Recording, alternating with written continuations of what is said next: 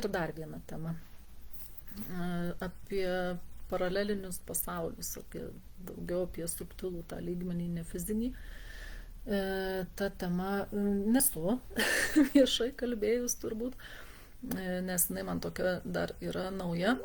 Aš ją tyrinėju ir bandau suvokti, kas tai yra, dar ne į visus klausimus pati savo atsakiau, kaip aš tą jaučiu, kaip matau ir kaip suprantu.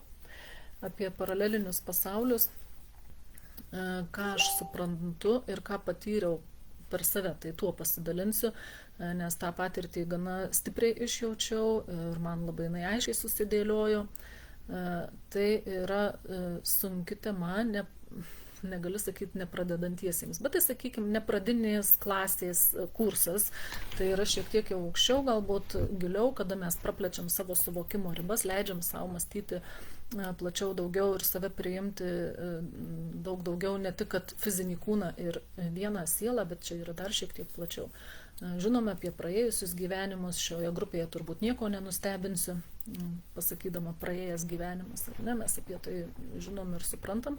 Apie paralelinius gyvenimus noriu pakalbėti. Kas tai yra paralelinis gyvenimas?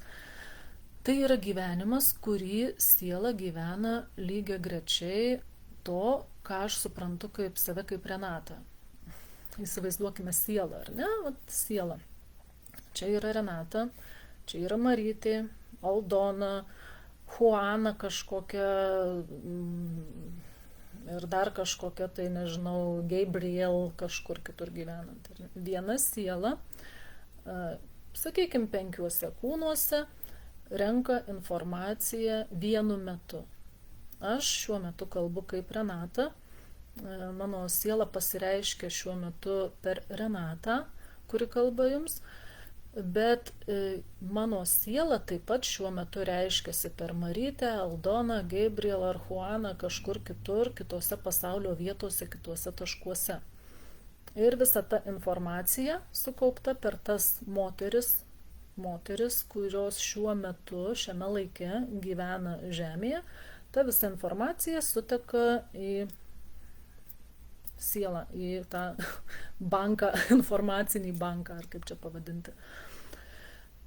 Kaip tai vyksta, tai taip paprastai, man tai taip akivaizdu atrodo, kaip ranką įkišam į pirštinę, kiekvienas pirštas jisai jaučia, vieną pirštą susipjaunam, įsipjaunam, impulsai eina į visą, į kūną, visas kūnas žino, kad tas pirštas susižeidė, jam reikia gydymo, organizmas, smegenys siunčia pajėgas, trombocitus, kad stabdyti kraują, kad visas organizmas veikia dėl vieno piršto, kad jį kuo greičiau užgydytų. Lygiai taip pat žino ir kiti pirštai, kad tas pirštas susižeidė, nes darė tą ir tą, nes gal kišo į ugnį, nes gal peiliu naudojosi neatsakingai ar kažkaip neatsargiai. Ir tą informaciją jis įrašo ir visi žino, kad jeigu darysi taip, bus taip. Nes pačiai sielai, sakykime, būti tik viename kūne, Renatos kūne, sakykime, būtų žiauriai nuobodu, ne pagal galimybės apribotai.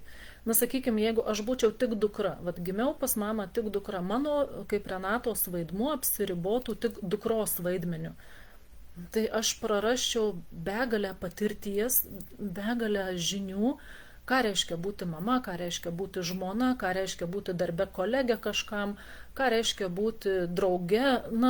Tai yra daug dalykų, daug patirčių aš prarasčiau, bet augdama nuo kūdikio iki suaugusios natūralu, kad plečiasi ir mano vaidmenys ir jų daugėja. Nuo dukros išsiplečia iki draugės, iki ten mokyklos bendraklasės, iki žmonos ir taip toliau. Taip ir mūsų siela, kuo jinai renka daugiau informacijos, jinai plečiasi, jinai gali įeiti į daugiau vaidmenų.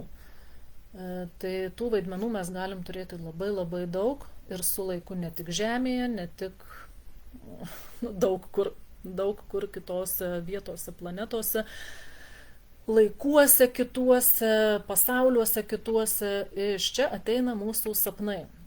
Ir aš esu įsitikinus, kaip sako, kad sapnai tai yra, tai ką mes šiandien patyrėm, tai tiesiog kažkas ten prasidirba, emocijos, ne visada. dažnai sapnai būna būtent iš tų mūsų gyvenimų paralelinių, kurie vyksta šiuo metu, nes mes ten tuose sapnuose dažnai matom save, bet matom ir žmonės, kurių nepažįstame šiame pasireiškime, šiame laikmetyje, tie vyksta kažkokie, atrodo kažkokie tai nesąmonės, lyg kažkur keliauju, lyg kažkur važiuoju, kažką darau, kažkas mane šaudo, gaudo, vejas ir panašiai. Tai tikėtina, kad realiai kažkuriam pasireiškime mes tą ir patiriame. Tik kai miegame, sąmonė neblokuoja tų žinių, ta informacija sklando ten ore lengvai ir mes ją tiesiog nuskaitom. Mes miegodami matome, kas vyksta kituose mūsų lygiagrečiuose paraleliniuose gyvenimuose. Tai yra mano nuomonė šiuo metu, jinai gali būti klaidinga, aš galiu po metų, gal net mėnesio manyti jau kitaip, bet šiai dienai aš galvoju taip. Tai va. Ir kaip aš tą pajaučiau ir supratau, tai buvo labai tiesiogiai man parodyta. Nes prieš kažkiek tai metų, kai buvau, dar gyvenom Lietuvoje, jaunų kaime kažkur, tai buvau ta daugiavaikė mama, namų šeimininkė, save taip pozicionavau ir įsivaizdavau. Man buvo begalinis noras lysti į televiziją. Pildžiau anketas, kur tik įmanoma, kur tik aš nedalyvavus realiai. Ir Olele atrankoje sudalyvavus, ir mano vyras gali žaidime, ir Laikykis, ir ten kažkokią princesę rinko, kažkas eina savo, kaip pagalvoju, tai juokas ima, bet tuo metu man tai viskas atrodė labai rimta.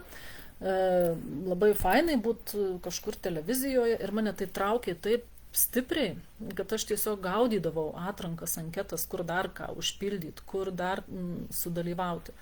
Ir po vieno tokio pasibuvimo televizijoje ryškaus gana, aš tarsi sapną sapnuoju, ar ne? Vat, sapnuoju, kad sėdžiu grimerinėje, kad mane ruošia eteriui, aš labai aiškiai matau, kas mane dažo, tos moters nepažįstu, bet aš su ja kalbuosi, bendrauju, žinau net kokią laidą, aš esu laidos vedėja, tiesioginėme eteryje vyksta aukcionas, parduodami daiktai, bet toks ir šou kartu padarytas, aš žinau, kad aš pasirašius kontraktą su tam sezonui. Ateina prodiuseris, jis mane spaudžia, kad jau reikia paskubėti, jau tuoj reiks išeiti į eterį, bet viduj man taip negera, ir aš klausiu savęs, kodėl man, kas yra. Ir mintys aš tame sapne sąmoningai galvoju, kad namie vaikas yra sūnus 8 metų, paliktas su aukle ir aš jo beveik nematau. Bet per savo tuos darbus televiziją aš nematau jo. Ir man pradeda kilti tas toks neteisybės jausmas, kad aš čia ką, aš vaikausi prožektorių šviesos, rampos, ar ne? O vaikas namie vienas auga be mano meilės, be dėmesio, be šilumos. Aš tarsi pamatau jo kelią, kas bus, jeigu aš ir toliau taip darysiu, kad tas vaikas užaugs įskaudintų, piktų, užsidariusių, nepasitikinčių ir kitus naikinančių žmogum. Ir man atsiranda tam besėdint grimeriniai pasirinkimas. 2 keliai. Ar aš einu į studiją ir vedu laidą, ar aš pasirenku šeimą, vaiką. Va čia yra vertybinis pamatas, vertybinis pagrindas, ką mes renkamės. Mes dažnai pagalvom, kad šeima palauks, jeigu niekur nedings. Mums reikia eiti į darbą, reikia tą daryti, reikia pasiekti kažkam įrodyti, projektą įgyvendinti, varyt. O realiai tai žaidimas šitas ne apie tai.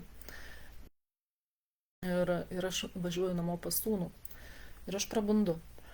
Ir ką aš suvokiu? Kadangi mane labai traukia į televiziją, aš suprantu, kad ta moteris, kuris sėdėjo grimerinėje, per ją, per jos patirtį, vat, sakykime, čia aš, čia jinai, per jos patirtį ateidavo informacija pas mane, kaip Renata, kuri mane traukia į televiziją, traukia į tas kameras. Bet lygiai taip pat jinai, sėdėdama prie tų kamerų, jinai gavo informaciją iš manęs, kuri turi šeimą, meilę, ryšį, palaikymą. Įvyko energetiniai mainai, suvokimų mainai. Ji gavo, ką aš turiu, aš gavau, ką ji turi.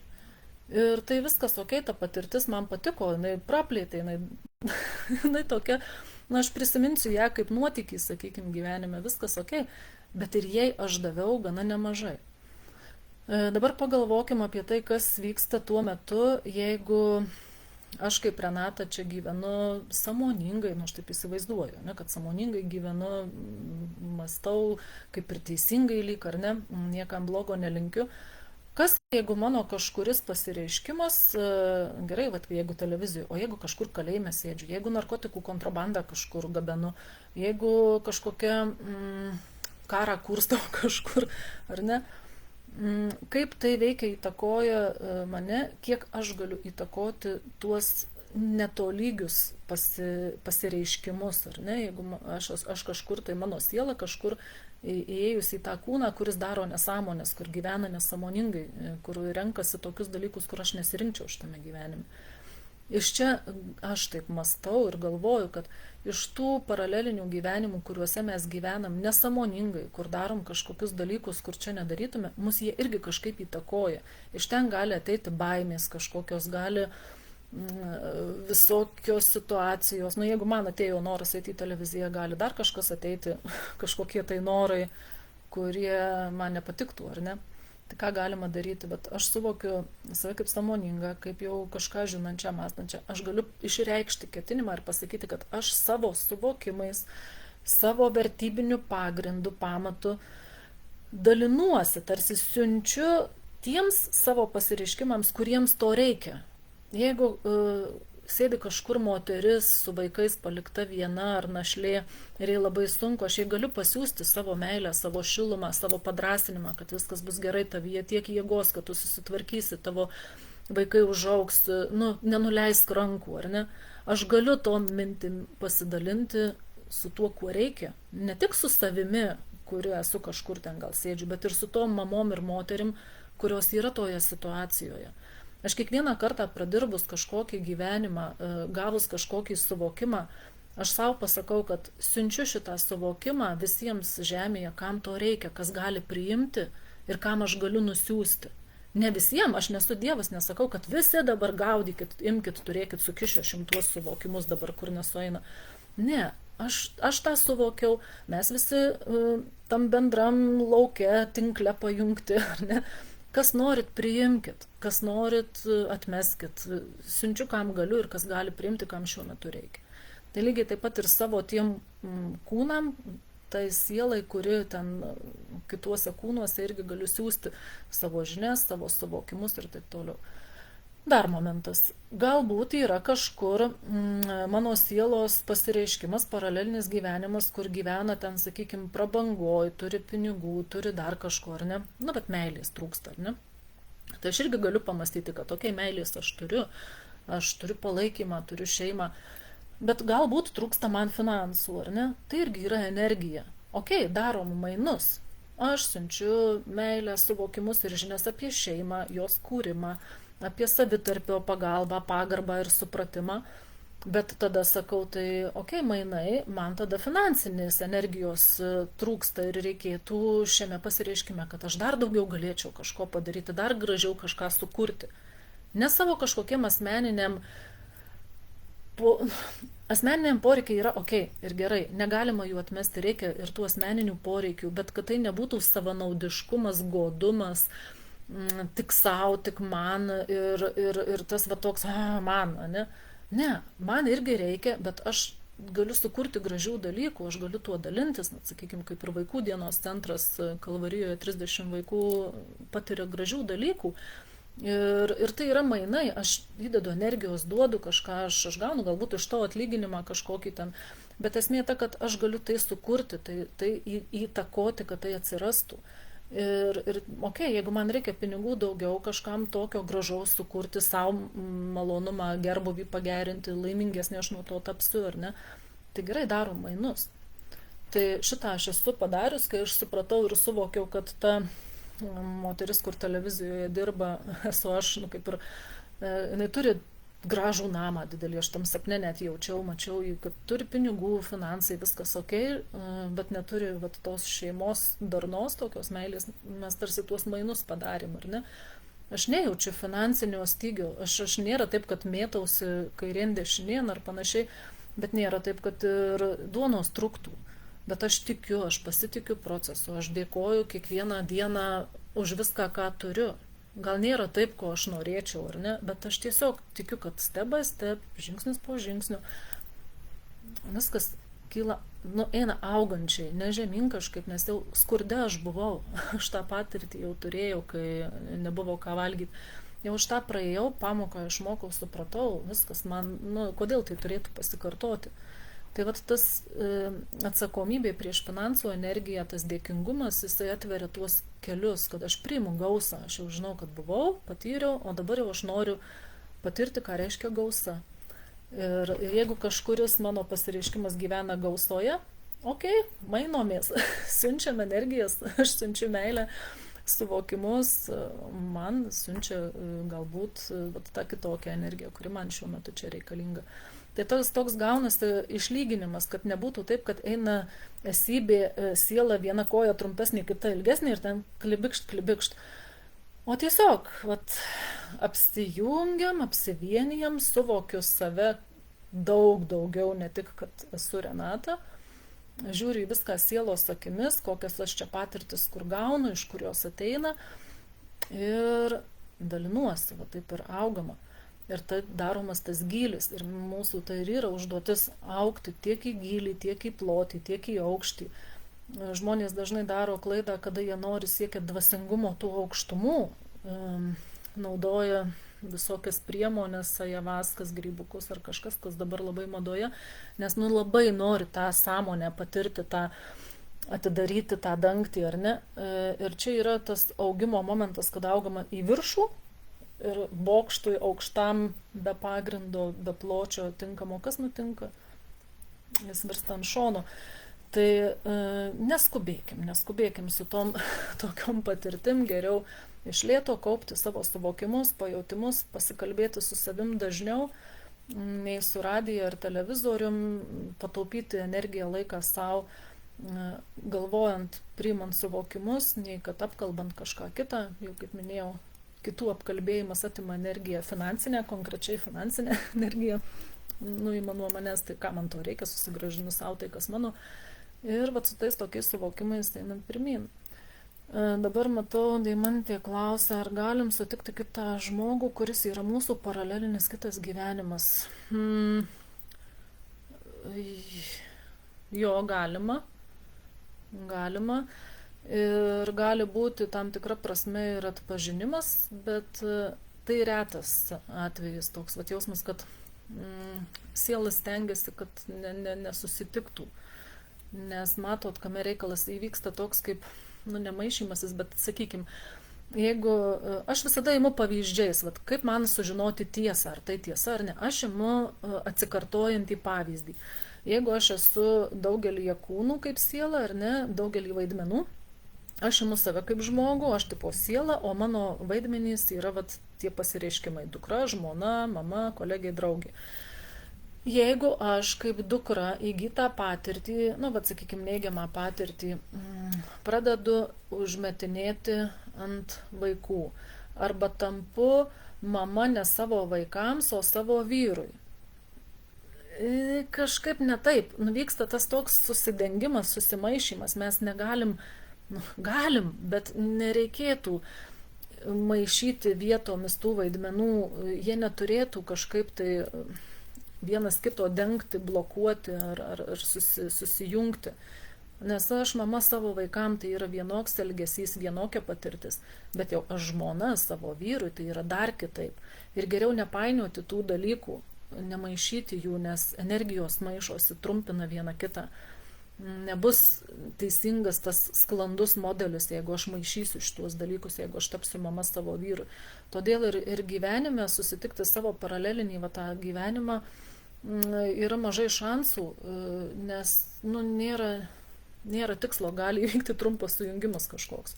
Tai man toks kol kas iš tą klausimą tiksliai atsakyti negaliu, tikrai nežinau 100%, bet aš dabar bandau, kaip sakant, tiesiogiai išmastyti, išjausti. Nes, realiai aš nežinau, ar mes taip ir atpažintume jau, jeigu ir susitiktume. Kas čia žino, gal mes ir buvom susitikę, kada kur ten savo tuos save, savo sielas kažkur, bet nežinau iš tikrųjų, ką atsakyti tiksliai. Tai va. Tai tokie mano pamintymai, pamastymai prieš savaitgalį. Savaitgalį turėsit irgi ką pamastyti, pagalvoti, prajautinėti per save. Tai, kaip sakant, kam gero vakaro, kam dar geros likusios dienos ir iki kitų susikalbėjimų. Ate.